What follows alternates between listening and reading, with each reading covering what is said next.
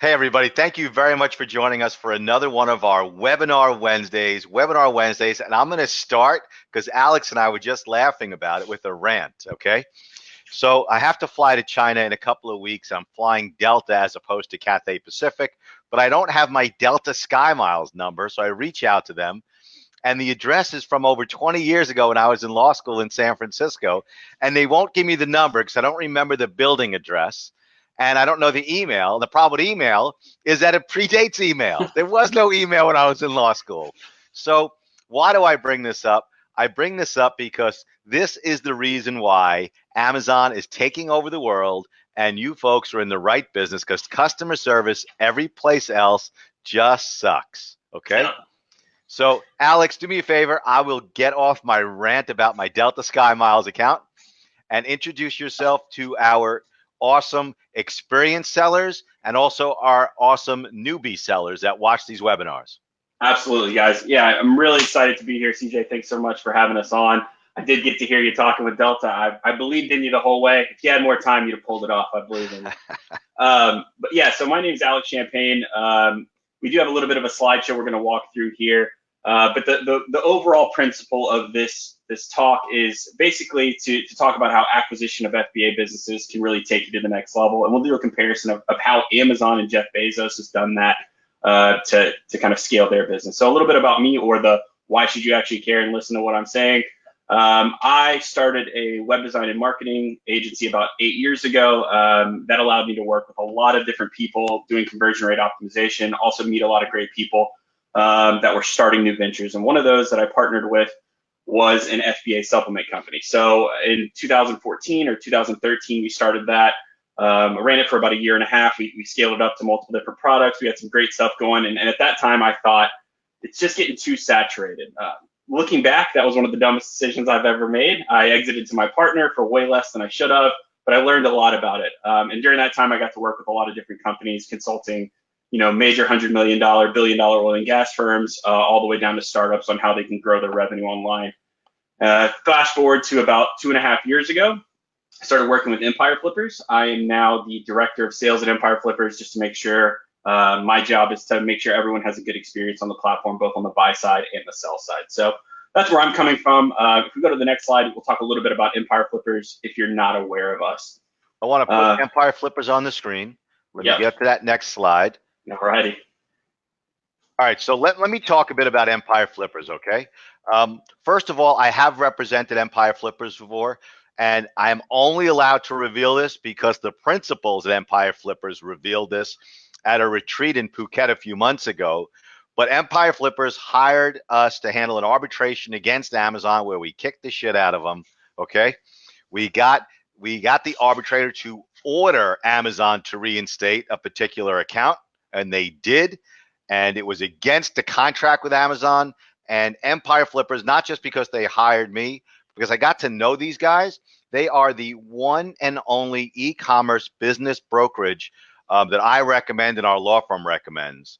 The principals are just incredible business people. They have teams like guys like Alex who know their stuff, who have significant history in e-commerce. So if you are either looking to buy an e-com business or a website, or you're looking to sell, the only company we recommend, and I don't get anything in return, I don't get affiliate marketing or any of that other stuff, okay, is Empire Flippers. So I'm a huge fan of them. They know their stuff. They're reliable. They're ethical.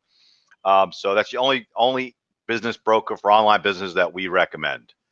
Yeah, I really appreciate that. It is crazy. I've actually seen CJ, we've met in 2 different places. One was in Hong Kong, and then one was in Phuket, Thailand. We both live in America now, never met each other here, but yeah, it's amazing to work with great companies, and I really appreciate you saying those things about Empire Flippers, because it's something we really strive hard at, and it's awesome to hear you mention that. A little more about us.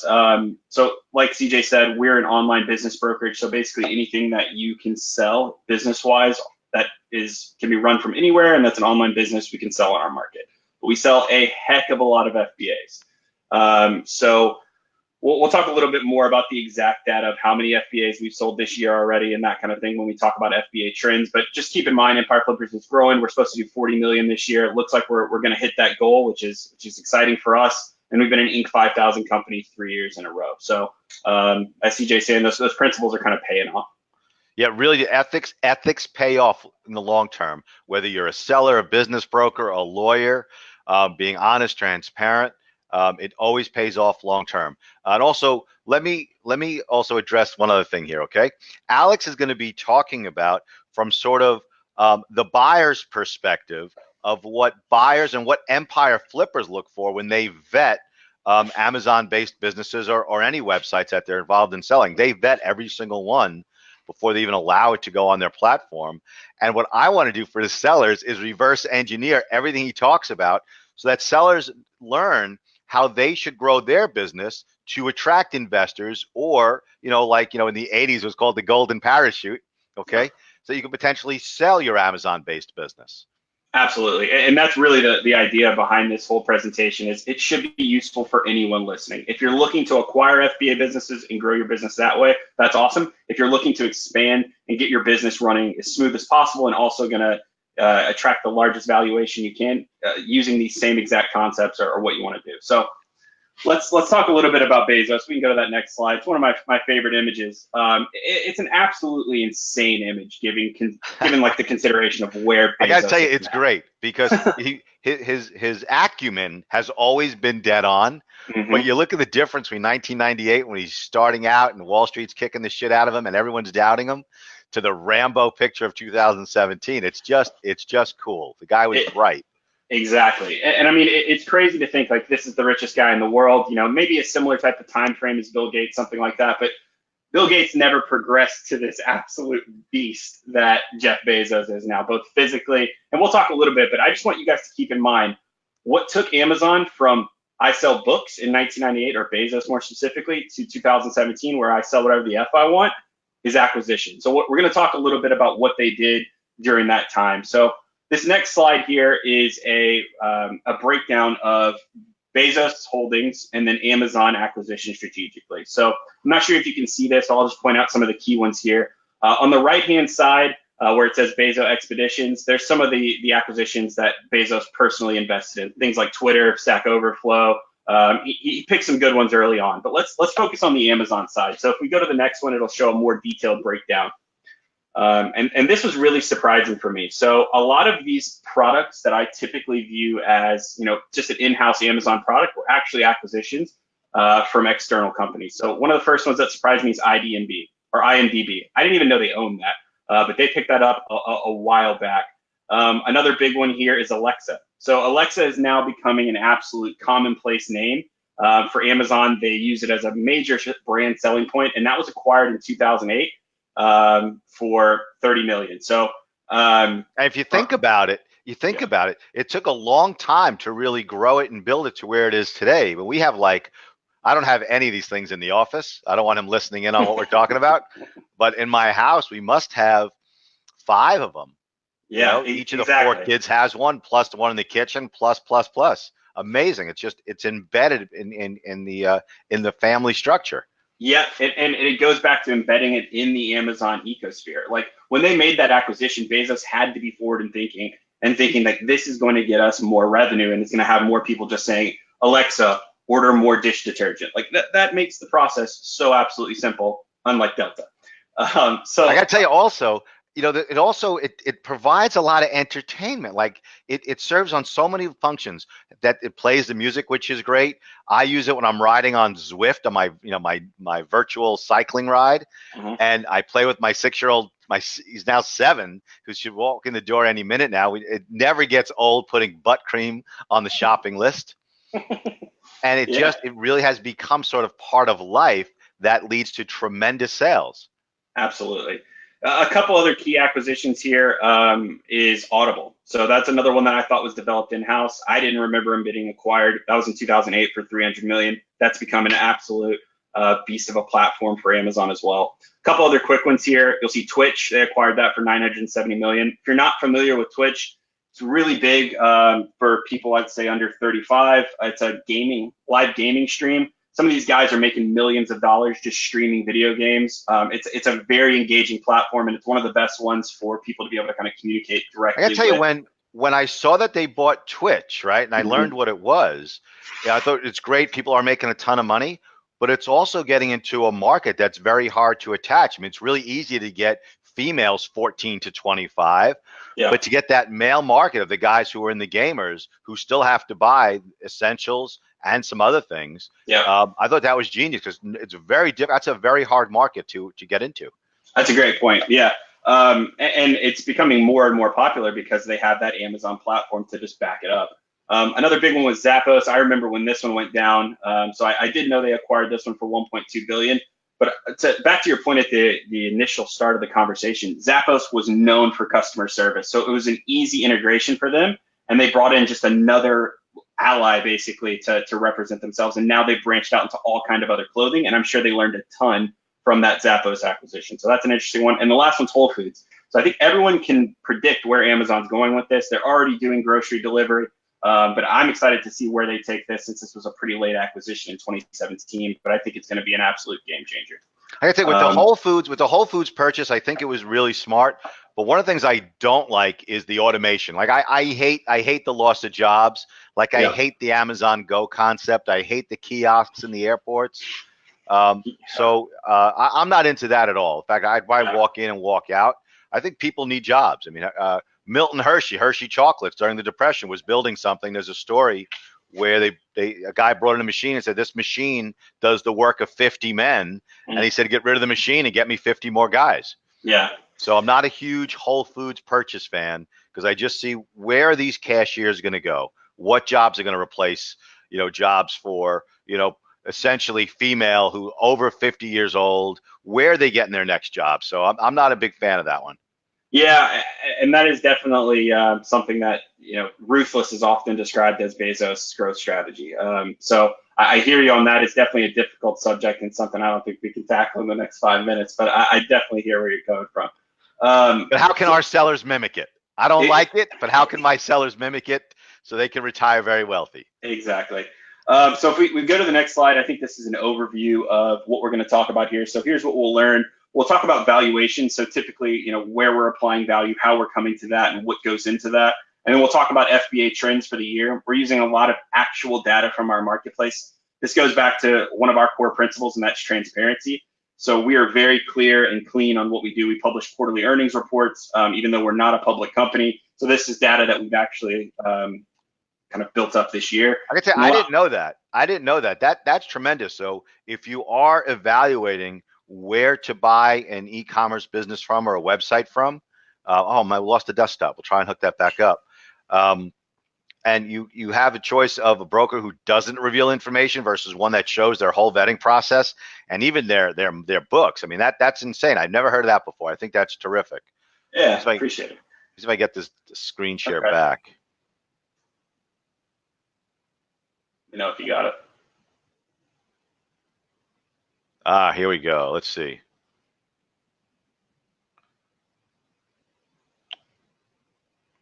I'll just keep talking while you work on that. Yeah, no worries. So the next thing we're going to talk about is growth opportunities. So this is going to be something that for our more experienced sellers and for our less experienced sellers, you should be able to hear some tactics in here that are going to be useful. And then the next thing is deal structuring. Again, guys, this is useful information when you're looking to acquire an FBA or acquire an online business, but it's also useful in daily life. You're having to do negotiations with your suppliers, and this is tactics and tips you can take away there. And then we'll answer some questions at the end and kind of take it from there. I know I'm interrupting your flow. That is a vital aspect to pay attention to for anyone who's doing private label sellers, and you're sourcing your products in China with the tariffs. You need to come up with original, intuitive ways to renegotiate to take care of these tariffs. Yeah. I think they are going to come online. I think you're going to get slaughtered. You're going to find new ways to deal. One great Amazon seller, amazing FBA, LaRon Hirschhorn. What he's doing, one of his suppliers is they're splitting the extra cost, a third. He's absorbing a third. His source in China is absorbing a third, and unfortunately, they have to raise their prices by a third. And I thought that was a pretty simplistic but genius way of handling some of this. So valuations and thinking out of the box is absolutely vital for Amazon sellers. Yeah, that's a great point, and I think that's a great way to handle the tariffs because a lot of people are nervous about that, not only in the market on the whole, but definitely people who are acquiring physical product businesses. So something to keep in mind on the sell and the buy side. So let's talk about valuations. So what goes into the valuation formula at Empire Flippers? So if we ride to the next slide here, we have a slide that basically says some hard truth, right? And what sellers need to keep in mind is the chances of your company being similar to Twitter or being similar to Uber are extremely slim. So when you hear all of these valuation numbers being thrown out by private equity guys or VC guys in the Valley, it's not applicable to 99.9% of companies. There's a reason why people are throwing so much money at these companies. It's because they're extreme outliers and they believe that they've really disrupted the market and have generated something special. So what I want you guys to keep in mind is when you're hearing these valuation numbers, these are based on thousands of sales with Empire Flippers. The market has spoken on where it's willing to pay. We're always going to try and get the most we can for a business and ultimately have a fair deal. But this is some hard truth that you need to realize when you're coming in. But there's some great. Also, what you'll what sellers will learn when they look at Empire Flippers is that Empire Flippers has repeat business, which is pretty unusual for a brokerage to have repeat business. People growing businesses and selling them, and people buying multiple businesses through the same broker. And you're going to talk about your vetting process a bit later on. This is part of it, valuing the business in a way that really matches the market. But it's very, very rare to see people buying and selling through the same company over and over and over again, year after year after year. Yeah, I would say I think the last time we ran the numbers on this, a little bit north of 50% of our business is repeat business, which is a great metric for us. It means we're doing something right if we're making both sides happy there. Yeah, so what goes into evaluation? So overall, it's going to be your monthly net profit times a multiple plus your inventory. So any of the pricing you see on Empire Flippers, we're a little unique here, does not include inventory. And we think that makes a lot of sense. And as FBA sellers, I'm sure you guys immediately understand why. Depending on the time of year that you're selling, your inventory could be 3x what it normally is. So we think that you should be just compensated at landed cost for that. We'll talk a little bit more about that. So let's see what goes into that monthly net profit figure. Like I tell you, that's also genius because inventory can often harm the value of an account if the inventory is sitting around too long, or it could harm it if there's too little inventory. So I think it's great you guys kind of weed it out because you don't know whether the inventory is really a positive or a negative in a lot of situations. Exactly. And we don't want to have sellers, which is just the natural thing to do, try to inflate the value of the business by limiting inventory. And then when the buyer takes it over, they're going to have 3 horrible months trying to get inventory back into stock. So yeah, so let's talk about that monthly net profit. Ideal is we're going to use a 12-month pricing window. That's what very serious investors are going to almost always want to use. The longer history we have, basically the better risk calculations that buyers can make. So you're going to want to use a 12-month average here. There are times when we use a 3 to 6 month average, and that's just when it better reflects where the business is. And this can be on a growth trend or a decline. So if your business has changed radically 6 months ago and now you're making 2x more than you were, and that's stable, we're going to calculate from that period because it's what we believe the buyer can expect to pull out of the business once they acquire it. Another question that you wouldn't think is too complicated, but the way we get profit is revenue minus COGS plus expenses. So what goes into expenses is kind of the big question here. We're going to add back anything that's unnecessary. So basically just think from the perspective, if the buyer wouldn't need it to run the business, that's qualified as an add back. So what let me interrupt you. Cost of goods sold.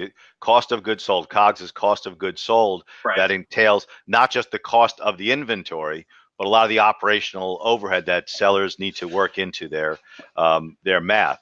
Exactly. Often the smaller sellers are really not up to speed on figuring that out. But as you get larger and as you scale, you kind of work the numbers more, where you really need to know what the cost is going to be before you put it up so you know what to sell it for. Yep. What you think may be profitable really is not profitable, and you end up in like a cash treadmill, a cash cow treadmill. Yep. So cost of goods sold.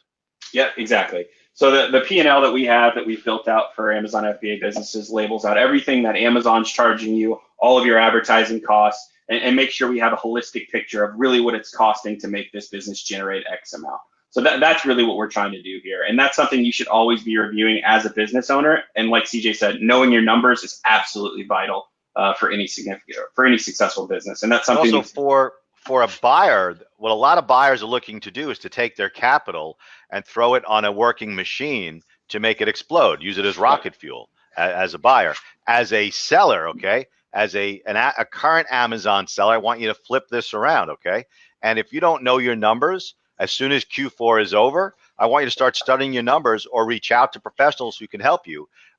Just about any accountant can do that, and you get the cost. You can download your spreadsheets and they can figure out what your added costs are and what your COGS is really looking like, so you can see where you're making your money and where you're not. Storage fees if you're getting killed on slower moving items, if it's using up your capital. So if you're an Amazon seller and you want to sort of plan for the future of drawing investors or selling your account, you need to start working backwards. Say, okay, how do I calculate my cost of goods sold? Where are my profits, and really where are my less profitable products? Absolutely. So you can adjust that. Yeah, absolutely. So now we have a kind of an idea of how we calculate monthly net profit. Let's talk about multiples. This is where people usually like to have a bigger discussion. So at Empire Flippers, we use a monthly multiple just because we think it makes it easier than an annual number. So if we go to the next slide, we have a little bit of a breakdown of what goes into that. So the average multiple range for an FBA business is anywhere between 25 to 42x. So that's times monthly net profit. So if you're doing it on an annual basis, you're looking at anywhere between 2 to almost 4 years. Some exceed that, but again, businesses are just like people. I'm not an NBA player, but I guarantee like I would pay more to have that guy play if my life was on the line. Same thing with businesses. Some businesses are absolutely exceptional. What goes into that larger multiple? So a longer track record. If your business has been around for 5 years and you've had 50% year-over-year growth, you have a diverse revenue catalog, and you're basically a more exceptional business, you're going to get a higher multiple. Bigger businesses typically, I would say almost always, have more of a moat, because what buyers are looking for is risk mitigation. So if you are more diversified and you have multiple product streams, multiple categories, maybe you're selling off Amazon as well, that's going to add to the value that goes into the business. Even if your sales off Amazon are not tremendous, even if they're a fairly insignificant portion, it gives you some diversity. It shows that you are more of an established business. Also, distribution agreements, if you get things documented. And I think we're going to talk about it a bit later, developing your own intellectual property rights, where you actually own at least some of the brands of the products that you're selling. And it doesn't have to be 100%. You don't have to be solely a private label seller, but you want to have some diversity. To show that it's more than just an Amazon account selling a few products. Yep, exactly. So real quickly, smaller multiple is basically the opposite of that. It's a younger business. Maybe it's only really hit its run for the last 6 months, and the seller just needs to get out of the business for some reason or another. It's a smaller business. Maybe it's single SKU, FBA. So that's what you're going to see with a lower multiple. Let's talk about inventory really quickly. I know this is the lifeblood of an Amazon business. So if we look at the next slide here, there's a couple little kind of takeaways. Like I mentioned, inventory needs to be purchased at landed cost. Even if you're doing a deal, if you're trying to do a private deal or anything like that, always take inventory out, like CJ was saying, and make that its own issue, because really you want to purchase that at the cost of the seller. So we price it at landed cost. And then a good— hold on a second. Alex, do me a favor. Water it down a bit. Landed cost is your inventory plus all the other costs in order to get your product where it has to be ready for shipment. Exactly, whether that's a 3PL or an Amazon warehouse. So whatever it costs the seller to get it there, the freight forwarder, the verifications, those kind of things, those are going to be built into that landed cost. And it even includes, for the smaller sellers, like for example, your landed cost will include renting that U-Haul, right? To go to, the discount stores or the liquidators, okay, and get that into your own warehouse or into your home or your garage. All those costs you need to calculate to know your numbers. You don't need to necessarily know your numbers to be successful, but every successful person knows their numbers. Great point. Yeah, exactly. We get this asked a lot on our seller consulting calls, and it's how much inventory should I have on hand? And the answer is always whatever makes the most sense for the business. But typically you're looking at anywhere between 10 to 35% of that sales price. So if it's before Black Friday, you're kind of loaded up, you got 40% of it, that makes sense. If it's a seasonal product, you got a lot of it, you're about to hit a hot month, that's fine. But you shouldn't be carrying dead inventory. That's the big thing here. And we're going to identify that, and we're going to actually remove that from both sides. So we'll remove that from the sales side because it's not making any money, and we're going to also not let you get paid for all that, because unfortunately it's proven that it wasn't a great investment. So you want to get that pulled out.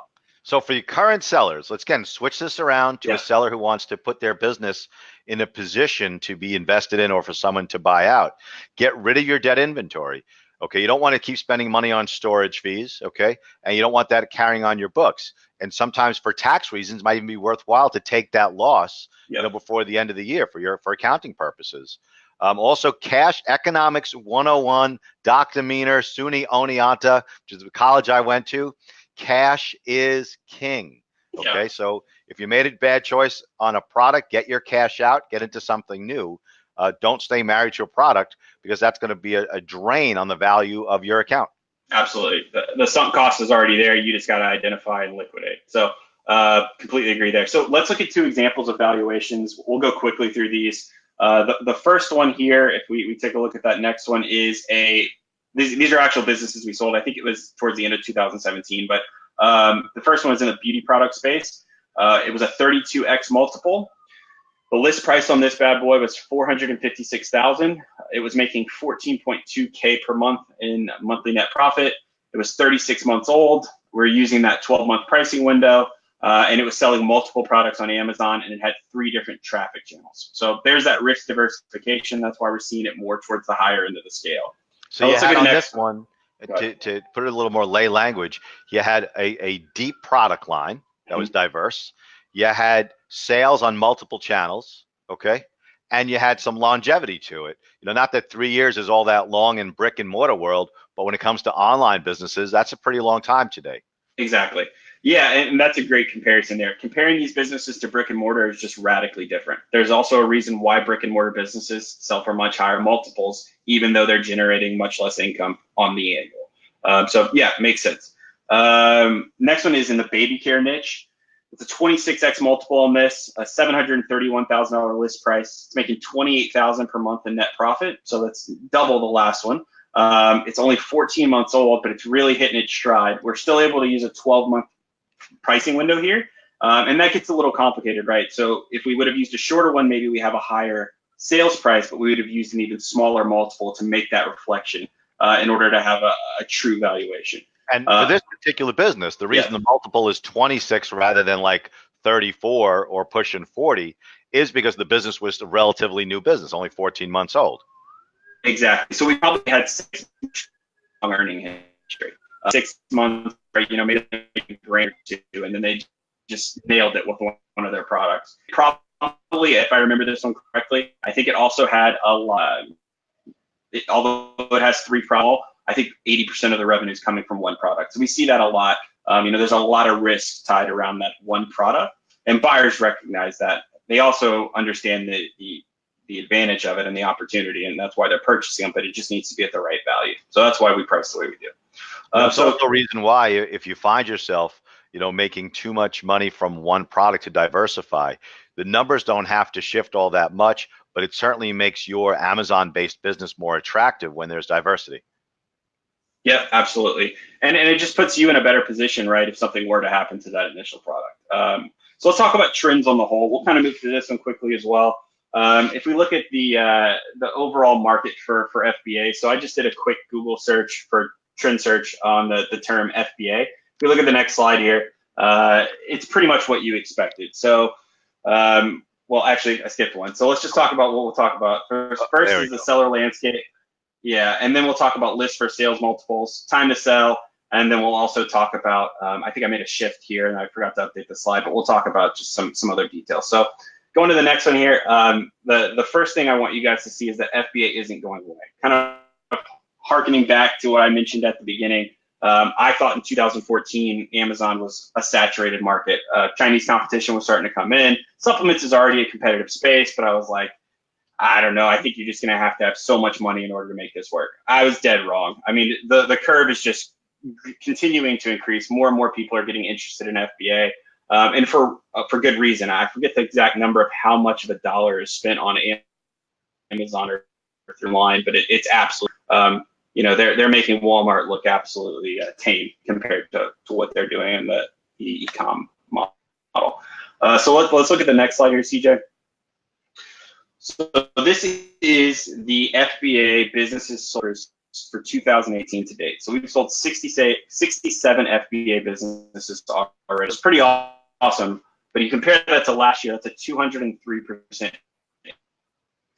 So that just goes to show you that on both sides, we're getting sellers as these businesses age, being more wise and recognizing the opportunity to acquire an FBA. Now, let me interrupt you for a second, because I think it's important for people to realize that Empire Flippers doesn't just sell Amazon-based businesses. They're taking a formula that they use for websites, for example, and other types of e-commerce businesses, and applying that vetting process to Amazon-based businesses. Okay. Yeah. So this is why they're trusted around the world. This is why we recommend them. It's because they don't sell crap accounts. Okay, and they do a thorough evaluation and a vetting process. And they're applying a system that works on websites to FBA-based businesses and other retail businesses. Exactly. We've made some adjustments, and we keep learning as we grow and as the market becomes more basically aged. We're learning how to just do a better job of that on both sides. So we also have a migration team that helps transfer the assets over, and we make sure that the buyer has exactly what he's expecting when he acquires the business. So that's something unique to us too. So let's look at the average multiples for FBA businesses. So the average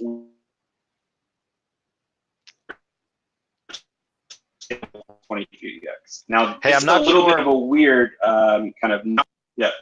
I'm not sure if it's my connection or yours, but it's definitely appearing a bit stuttered. So if you can just slow it down a bit, because I'm not sure where the internet failure is.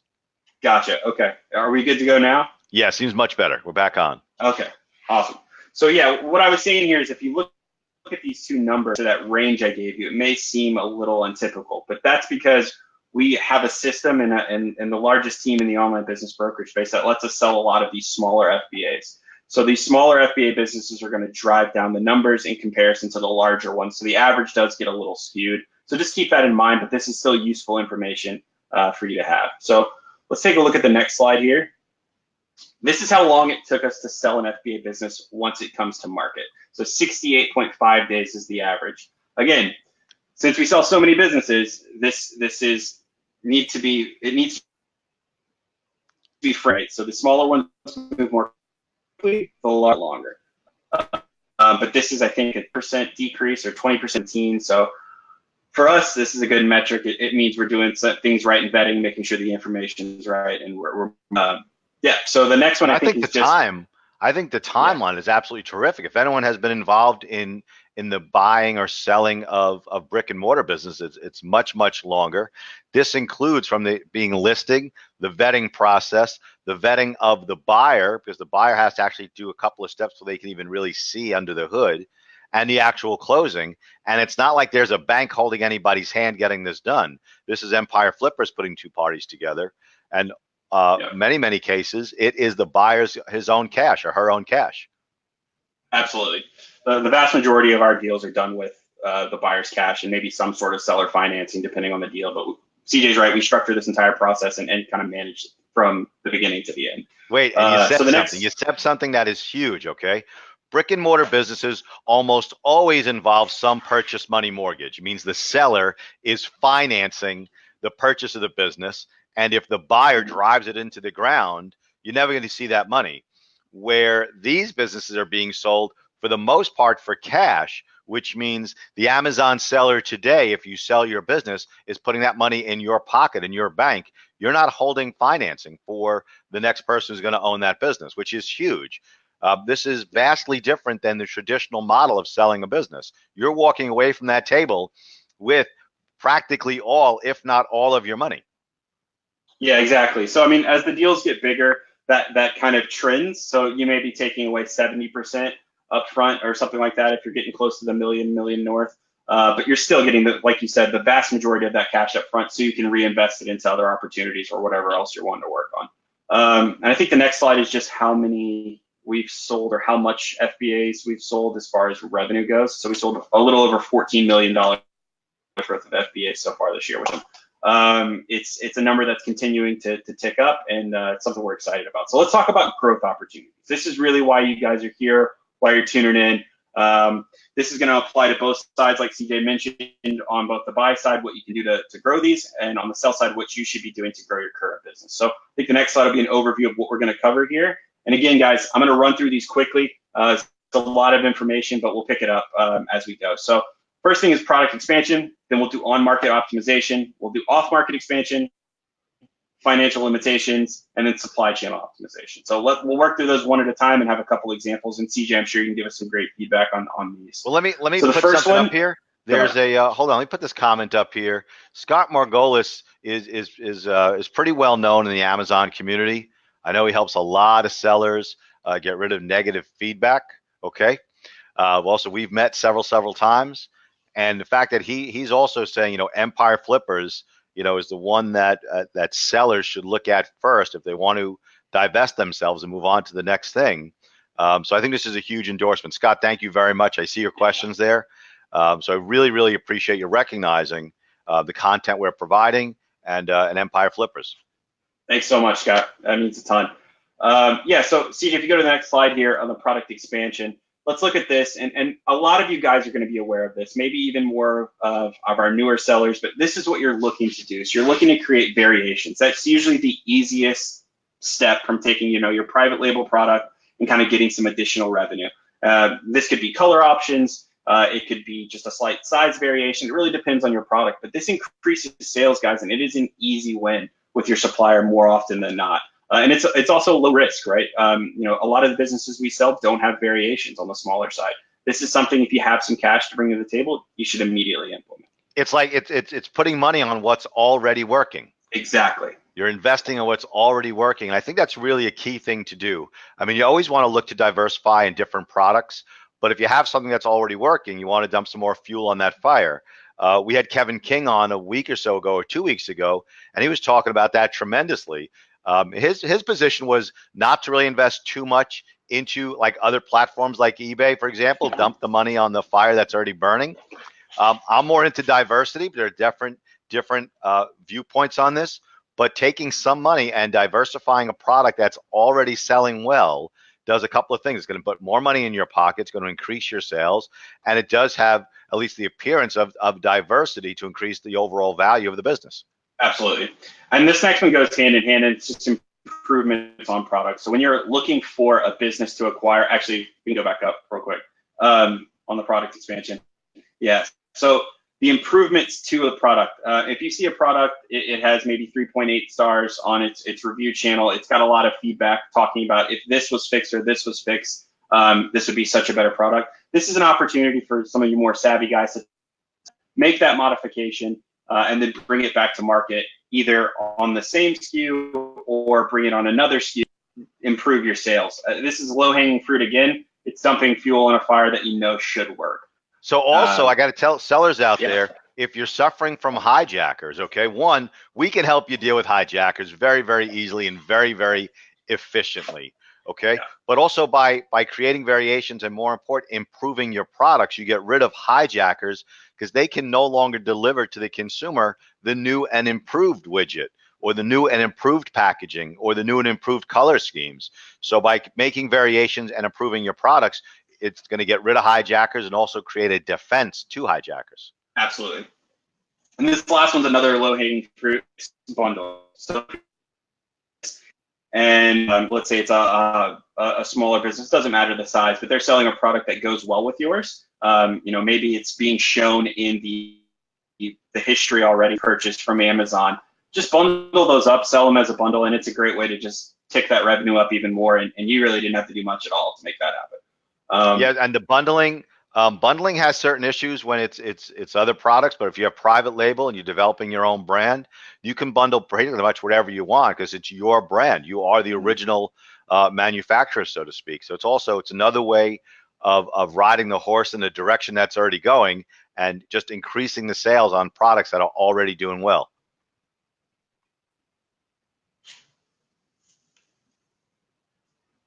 Oop, I think you're frozen, Alex, a bit. Yeah, you froze a little bit. I think I'm back now. I don't know if it's your end or my end. We're good though? We're good. We're back to being good. All right. Back to good. So this is on-market optimization. Guys, you're probably familiar with this, some of you that are familiar with Amazon, but what I can tell you is everyone's an expert at different levels for these. So usually if you're great at PPC, you might not be as good at keyword optimization, for example. So this is just 4 ways that you can look at what's already happening on Amazon and improve the product. So first is, if you're not optimizing your keywords on the back end, you should look into that or talk to someone that can help you out there. The next one is PPC.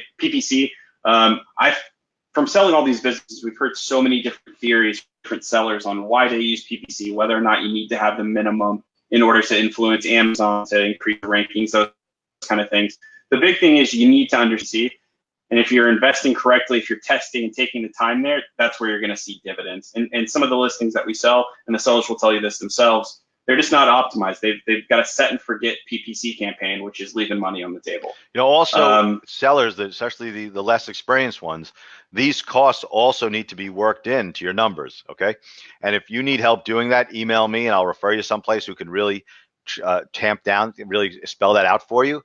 But if you're doing PPC, if you're paying someone else to work on your keywords or your listings, these are costs you need to work into your system so you know what things are costing you and where your profit lies. Absolutely. The last one's similar to keyword, except it's just on the front end. So this is listing optimization. So you need to have a trademark. You need to be brand registered in order to optimize this. This is something that CJ's team can help you with especially with the trademark. But having a better listing than your competition is going to increase your sales dramatically because you're all operating from the same platform. So outside of, I would say, reviews, how you present your listing is an aspect. Another one here, if you're selling a ton of products, go ahead. And there's nothing wrong with farming out skills that are not your own. If your forte is identifying products and identifying trends, there's nothing wrong with getting someone else on board to help you with the PPC or the keywords. Absolutely. You really want to find someone who are experts in the various things so you can focus on what you are good at. Yep.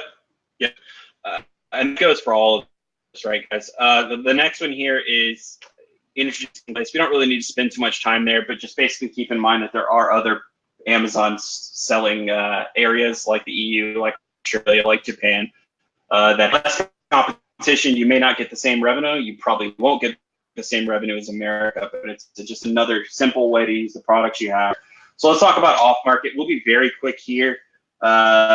One of the things that we talked about early is diversification. So building out your own Shopify store. That's a great thing. Even if you can get on an internal site, that just on a scale. If something happen, maybe decrease on Amazon for a time being, you still have revenue in the company. Your margins are typically going to be better depending on how you have it set up. Anything to add? Yep. I'm fully in favor of diversification and burst internationally, domestically. Going on to eBay, we had Aaron Schneider on a few weeks ago who talked about how eBay has a larger market in the vast majority of the world. You know, Amazon is really only such a huge Goliath here in the States. In Europe, they don't have the same market share. In Asia, they don't have the same market share. And by going with eBay, for example, you can be in like 100 different countries with the same account with no other approval necessary. So I think by diversifying off Amazon's marketplace is always a great idea, even though it may be a small portion of your revenue. Absolutely. Up for me, but your audio is coming in clear. I just want to make sure you can still hear me. Yeah, I can see and hear you. I see you freezing once in a while, and I'm clear, but I hope it's going okay. People listening, I may apologize for the tech issues. If you have any questions, concerns, you can post them here, or you can just email me or email Alex. I'll put the information down in a bit. Absolutely.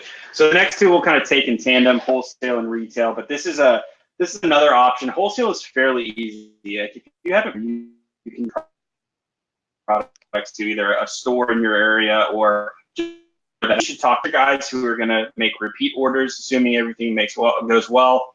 It's something that you can do in bulk, so it's not taking a bunch of your time. And again, it's generating more revenue. So if you haven't explored this avenue, guys, I would definitely look into this. And the next thing is retail. Again, this is a little more complicated. Not going to spend too much time here. But if you have the opportunity to start some kiosks, those kind of things, we've seen this with great. The last one is, I would say, a really key takeaway that some of our more clever guys, we kind of call this the golden egg or the golden goose of acquiring. And it's either building, buying, or partnering with selling a life. The guys from Ryan Dice from Digital Marketer, they sell a ton of knives. And what they do is they partner with and basically drive traffic. That's all they're doing. They're driving that traffic back to Amazon. Now, it's typically something like best coffee pots or something like that these sites are. But there are niche down versions. Maybe it's the barbecue gloves. I'm looking for the best barbecue gloves on the market, and you buy that site and you put yourself at the beginning, or you talk to the operator about putting yourself at the top of that list. You're going to get way more sales driven to your listing, and that's just creative that you're exploring as well. Does that make sense? It's a little complex, I think, for the newer sellers, but it certainly is a way of driving traffic. Sure. It could also be applied the opposite way, where you're keeping the traffic for yourself, even drive your listing, especially if you're an FBA seller or a newer FBA seller. It's a way of driving more traffic and more sales, which will also likely help you get to the buy box on more products. Absolutely. Yeah, so the next one's pretty straightforward, and that's financial limitations. So this is one of the major reasons why we have businesses that are either stuttering, they don't have predictive growth, those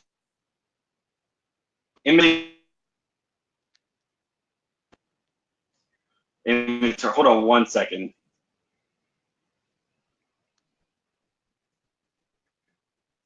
So while Alex is fixing, are you there? I'm here. I think we're still live.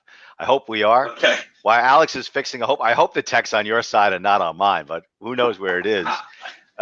Financial limitations happen. They're also often a driver of the need to obtain investors or the right time to flip the business. Because if what the business needs is more capital and you don't have it, you can look for an investor or you can sell it. And the people who are coming in have capital to invest. Like they're looking for machines that were already built that could run more efficiently or just run on a higher scale if there was more cash pumped into it. Absolutely. And another thing is they might not have the money for advertising. So again, we won't spend much time there, but if they're putting everything they make back into the business and it's just going to inventory replenishment, they don't have any additional capital, it's going to cause the business to just have much slower growth than it could. So the next one here is supply channel optimization. I'm sure some of you guys are doing this, but this is a key one here. If you have more funds than the current seller, volume ordering, and do this right, you need to do your math here, make sure that you're ordering the right quantities, factor in your storage fees, those kind of things. But you can get a significant discount from a supplier, and that immediately just increases your profit margin. So that's the first easy win. The next one there is using a 3PL. That's third-party logistics center. So like CJ was talking about, storage fees in Amazon are pretty intense, and there's so many great 3PLs that are opening up and offering better storage solutions that can ship quickly and that can really help you get an edge on most FBA sellers. So looking into that as an alternative option is a great choice. Yeah, I want to put somebody up there that we also recommend. Eddie Levine out of Chicago is a tremendous 3PL that is available for sellers. Tremendous business person. He's a seller, his own warehouse, his own logistics. So if you are interested in finding and following that path to see if it's the right path for you, I also recommend Eddie Levine and Wholesale Breakthrough. Just a fantastic person and a terrific savvy Amazon business person. Awesome. Yeah, that's great. The next thing here, and CJ, you're probably more familiar with the Chinese market than most people on Earth as far as working with suppliers. From my conversation with Delta from my stupid Sky Miles account for next week's flight. Yeah, exactly. So moving from a distributor to a supplier, a great way to do this, and I think you actually spoke about this, CJ. I'm not sure, or we talked about it in our mastermind, but basically a lot of people aren't aware that there's a middleman in between them and the supplier in China. Sometimes it can be a healthy relationship and the percentage that they take just makes sense for the ease of use, but sometimes you may be overpaying. So you make money when you buy at the very base of things. So making sure that you're getting the best possible rate you can for the quality product that you're trying to sell is key. And another way to do that is to shop for a new supplier. And I also think you have to listen. I know people aren't into super long flights like I am. I find them actually fine. Half the time I land, and I could have used another hour or so. But once you grow, once you learn the platform, and once you see how the system works, getting yourself in front of the factories, okay, or the agents for the factories can save you a ton of money, okay. And let's say it's 20%. That is significant. It can either allow you to lower your prices and capture more of the marketplace, or just be more profitable where you are. So there's one event I think is absolutely terrific for people who have not yet traveled there and sourced their own products, and it's Global Sources. Global Sources is in Hong Kong. It's in April. It's in October, and you fly into Hong Kong. There's no visa required at all. Okay, and the event has the factory representatives right in the same building as the Amazon seller event, right then and there. And that's also a huge stepping stone into hitting the Canton Fair. Okay, so Retail Global, it's in April. I think it's April 17th or April 27th. I'm not really sure the exact dates offhand. Let me put it on here. And the organizer, Megla, is also just a fantastic, fantastic person. But Global Sources in Hong Kong is an absolute must-see event. If you want to start learning how to source your products directly from China. And then also right there, as these tariffs are taking place, there are manufacturers from India, from Taiwan, from Korea. So you can really learn everything there and find your source that's going to save you a tremendous percentage and lower your cost of goods sold by a lot. Exactly. Anything you to add to this kind of list? I know we flew through that, CJ. I think just learning how to source yourself, I think is vital. That's the next step. The first step is like retail arbitrage, online arbitrage, getting from a distributor, buying liquidation, learning how to work the platform. Then the next thing is sort of developing your own brands as an Amazon seller, becoming that private label seller. And then the next step is really making your money on the sourcing, because the money is made on the capital. Okay.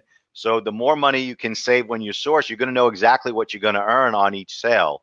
So I think that's sort of the learning curve for Amazon sellers all over the world. Perfect. Couldn't agree more. And that kind of links to our next topic here. When you are talking with these suppliers, deal structuring is going to be critical here. So this is going to apply to acquiring an online business, but we'll also talk about some negotiation tactics that you can use in any day conversation. I used it when I just bought a car last week. So let's go to the next slide, and we'll just kind of do a quick overview of what we're going to talk about here. And the first thing to keep in mind is when you're buying anything is, why are they selling it? And I think this is a question we get a lot from buyers, because oftentimes buyers, or some of our buyers, are guys who have a lot of capital. Maybe they're in their twilight years of earnings. They have a lot of cash in reserve, and they're looking to deploy it. And for them, what they're looking for is something that spits out money, like CJ was saying, consistently. And so when they see these opportunities by some of these FBA sellers, they're like, I just don't get why a guy would sell it. And it's because sellers are in different positions than buyers usually. Usually sellers are 40 and under. This is just average stuff here. They're wanting to deploy the capital into something else. Maybe it's another opportunity. Maybe they're adopting a kid, whatever it may be. It could also, a lot of times it's serial entrepreneurs who Exactly. took the business to where they wanted it to go, and that's their exit strategy. It could be they just want to change gears and focus on something else. It could be that they recognize that they don't have the capital to make that business explode, where they can take the money from selling their Amazon-based business, open up another one, and now they have more cash. And it's a stepping stone. I mean, it used to be generational, right? It used to be like parents started a small store, then the children took it to another level, and then the next generation hopefully didn't destroy it, right? But a lot of people are selling accounts because they want to get into something else, and they want to start with more capital. Just because someone's selling it doesn't mean there's something wrong with it. Exactly. And something to keep in mind here is any seller on our marketplace is required to sign a 3-year non-compete. So they're probably not coming out of FBA. They're probably going to stay in the FBA space, but they're going to go into something completely unrelated and use the skills they have to build it here, and the new financial capital that we were talking about to scale that up even more quickly. So that's why, I mean, basically these reasons we have listed out make sense. The last one is personal reasons. And this is just something that's really cool on our end. We have a lot of serial entrepreneurs, but we also do have cases where, they use the funds in order to help get like a medical saving life device that they sold their business for, or they adopted a kid. It's just cool to see what sellers are doing with these funds. Maybe they're getting married. I want to see the story of the seller who sold just to go to Phuket and hang out in Thailand and live the life for a while and not work for a bit. I want to hear those stories. I can find that. Yeah, we have a few of those for sure. All right, let's look at the next one here and keep it moving along. I am aware of the clock here. The type of deal structure. We briefly talked about this. Obviously, the best one for the seller is an all cash deal. And this does happen, especially on deals, south of $200,000. It will just be the entire cash amount up front. Everyone's good. We'll migrate the business with them, and then at the end of that period, we'll release those funds. The next one is a non-performance-based earnout. So let's just use $1 million, for example. That would be $750,000 up front, and then $25,000 paid out for 10 months until that final amount is paid back. And that's not tied to any performance on the business. The seller is protected there. Allows the best inventory opportunity in the business. But that's a very typical type of deal structure.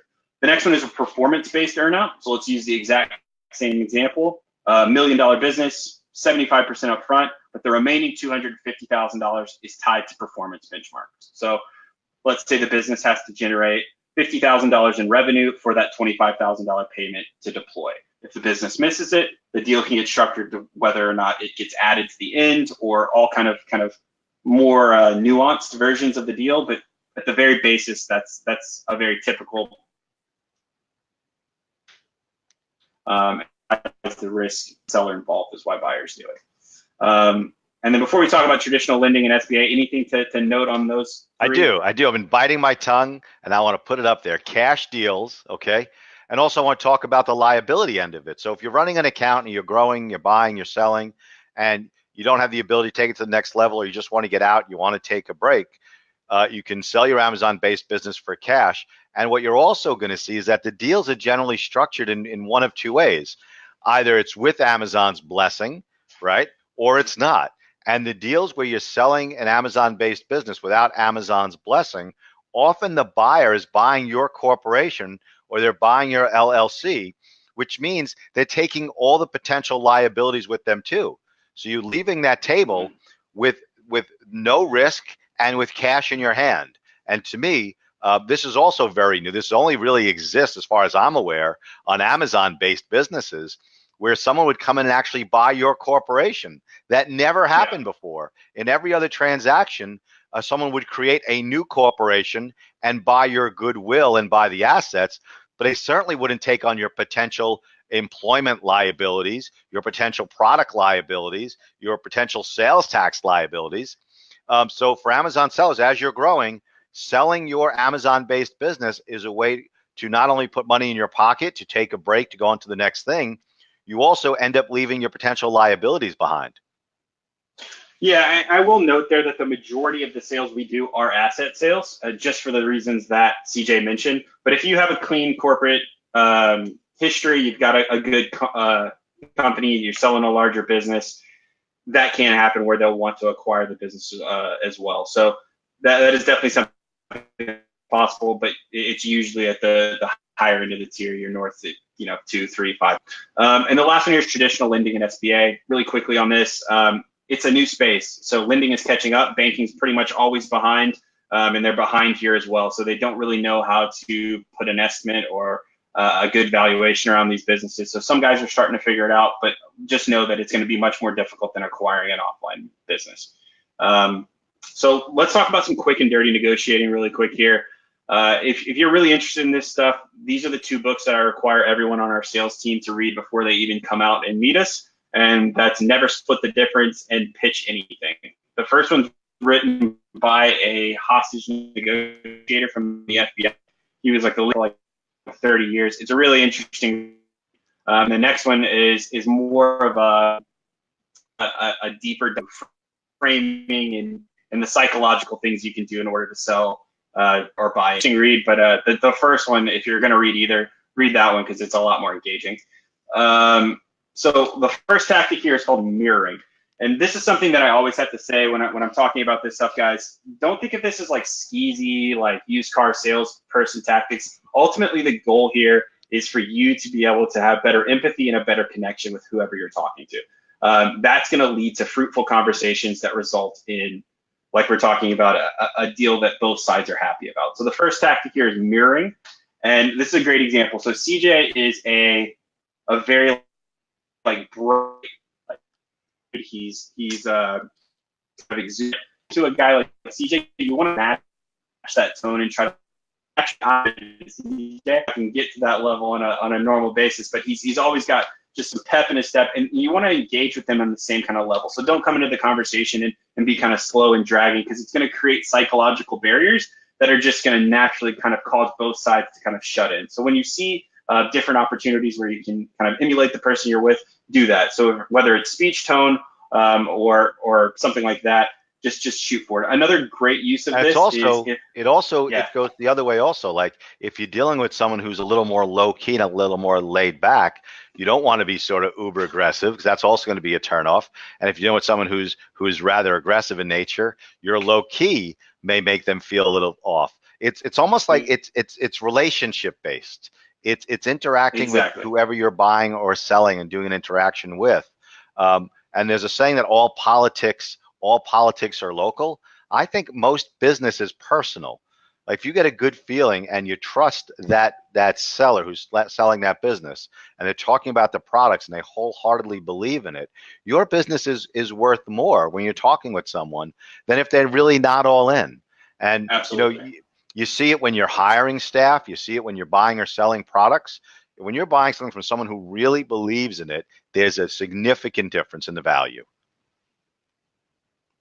And another quick, basically eating the last word of, maybe it was something that you need more time to kind of think about in order to come up with a, not a rebuttal, but a response. You can just literally repeat the last word of that sentence. So if they were to say, like, it just seems like you've got too much risk, and you literally just say risk, and just inflect your voice upward, and they'll expand on that for you, giving you some breathing time and also letting you further understand where they're coming from. So that's a useful tactic that we use a lot here when we're having difficult conversations. The next thing here is labeling. Again, these both have like these specific terms, but ultimately what you're doing here is you're identifying the personality that's coming through. So if they have either a positive or negative reaction to something, you want to put a label on that and basically say, it seems like you're really hesitant around the fact that the source is in China.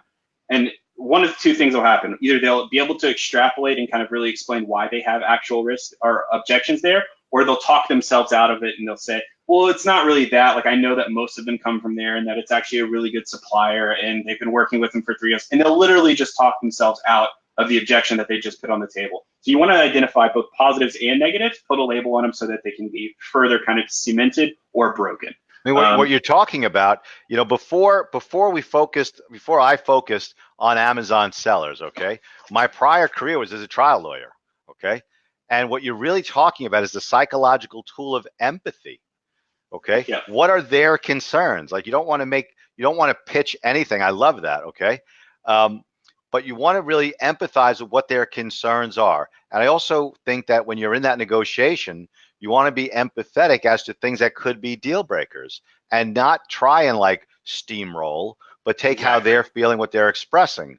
And another psychological trick is expressing how it makes you feel, right? Because you tell someone what they're feeling, you might be wrong, and that's a big psychological turnoff.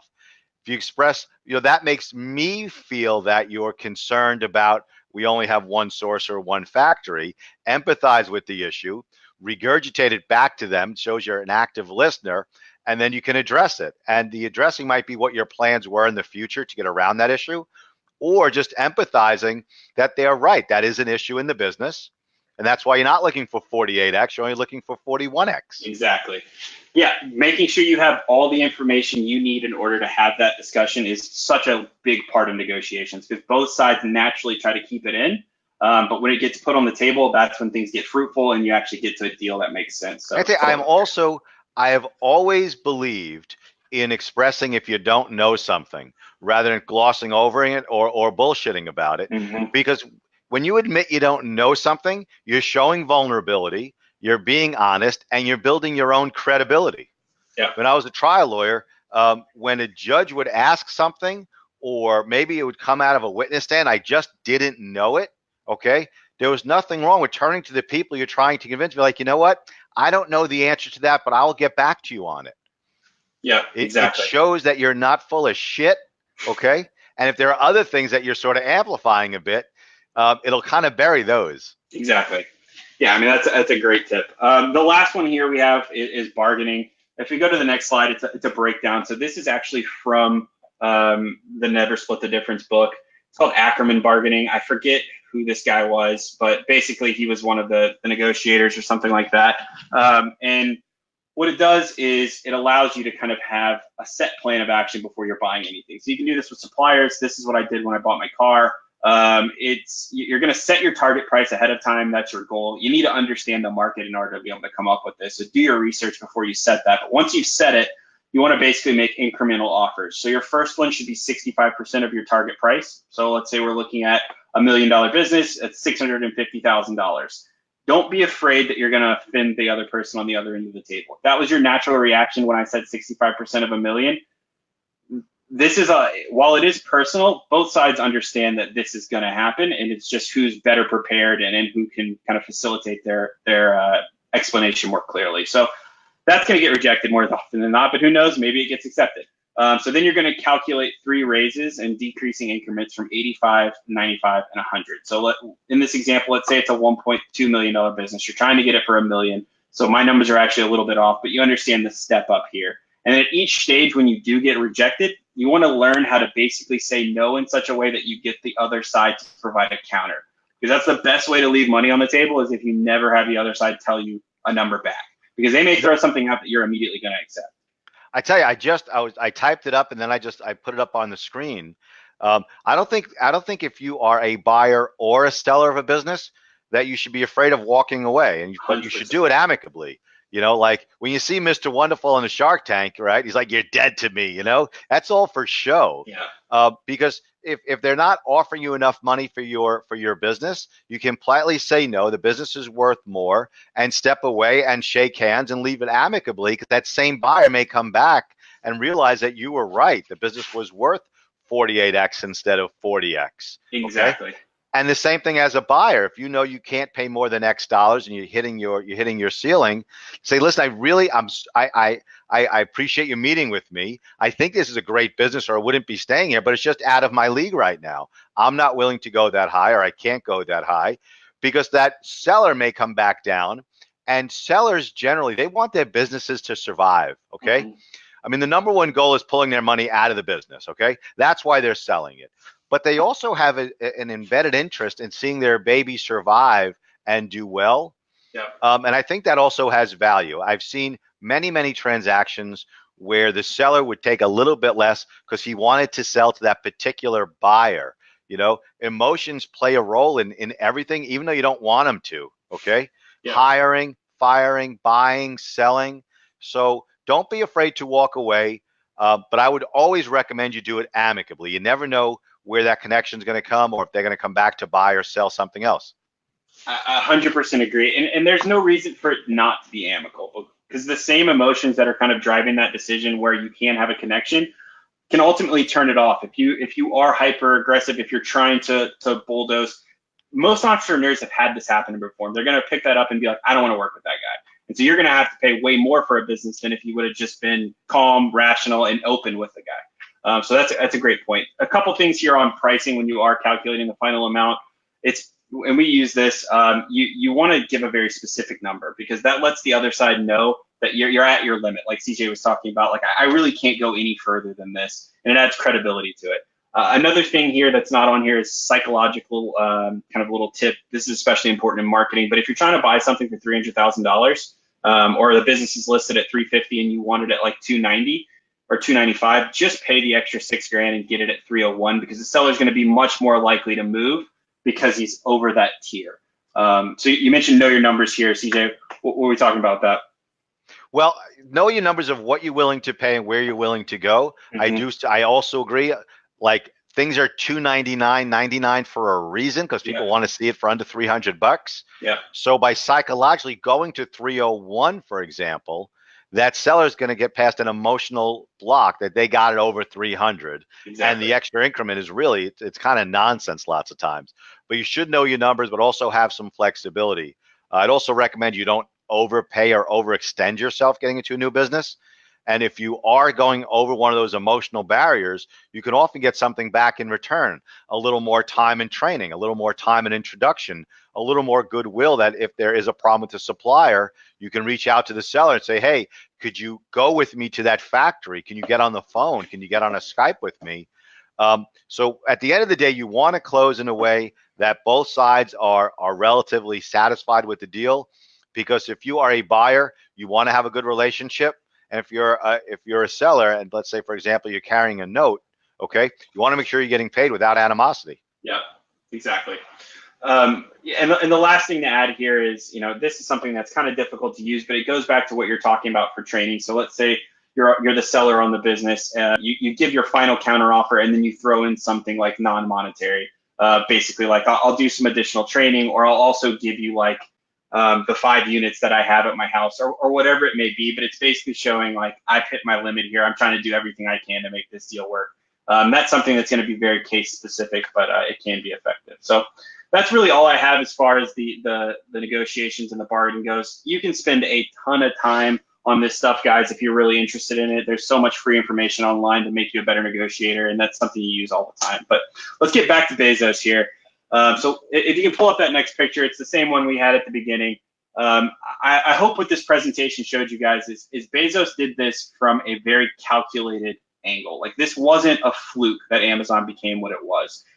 He knew his numbers, he knew where he wanted to go, and he started making specific and strategic acquisitions to get there. So if you take anything away from this, guys, I hope it's that there is a lot of opportunity, not only on the acquisition side, but also on the exiting side if you're building these FBA businesses. Obviously, I'm going to say that because I'm in the brokerage space, but ultimately it's going to put you in the best position, even if you choose to just continue running your FBA. So a little call to action here. If you've come in from this webinar, if you reviewed this, what I'd love for you to do is just email sales@Empire Flippers. Let me know that you've come from this talk. Just to shoot us a quick note. We can schedule a call with one of our business analysts to discuss whether you're wanting to sell, whether you're wanting to buy, and talk about some opportunities there that we can get you, and just get you more information, basically. All right, Alex, we have provided a tremendous amount of information. So watch the video, scroll back, listen to it again, contact Alex at sales@empireflippers.com. I'm sure he's willing to share the information with you. And I want to talk to you about one more thing. As we're getting closer and closer and closer to hold on, I'm trying to type here and talk at the same time, to Christmas, and we're doing our shopping and we're doing our gifts and all. I'm certainly not, hold on, I'm totally messing up my typing here. Okay, so Amazon does a lot of great things. Okay, first, while there are a lot of warts and there's certainly a lot of problems, and we help people with plans of action, IP issues, and we take Amazon to arbitrations like every day of the week. Okay, Amazon does a tremendous amount of good. They've given people all over the world, I think, the greatest opportunity in the history of commerce. Okay, and I don't say that lightly. Like, you don't need millions of dollars anymore to open up a business. You need a credit card and your cell phone, and you are kind of off to the races. Yeah. And you can start doing business. One of the things that Amazon has also done is employ vets, which I think is tremendous. Get fresh food to poor neighborhoods instead of shopping at these crappy bodegas. And they've also created the Amazon Smile program. Okay. Now, if you're shopping on Amazon, you have to sign in through Amazon Smile, okay? Each and every time. It's not automatic. Go into Amazon Smile, and then you get to pick a charity. The Ty Lewis Campbell Foundation was founded after Ty passed away at 5 years old after 2 horrendous years battling a very aggressive form of brain cancer. My daughter and I, when I was going through my divorce and my daughter would hit some rough patches, would go out, we buy toys at the Kohl's and leave them on Ty's doorstep. They would find him when they got back from all his awful treatments at the hospital. So anyway, His mom and dad, Lou Campbell and Cindy Campbell, created this foundation called the Ty Lewis Campbell Foundation. All they do is raise money to find better treatments for pediatric cancers and God willing, a cure for pediatric cancer. So if you're buying even a box of pens on Amazon, please use Amazon Smiles.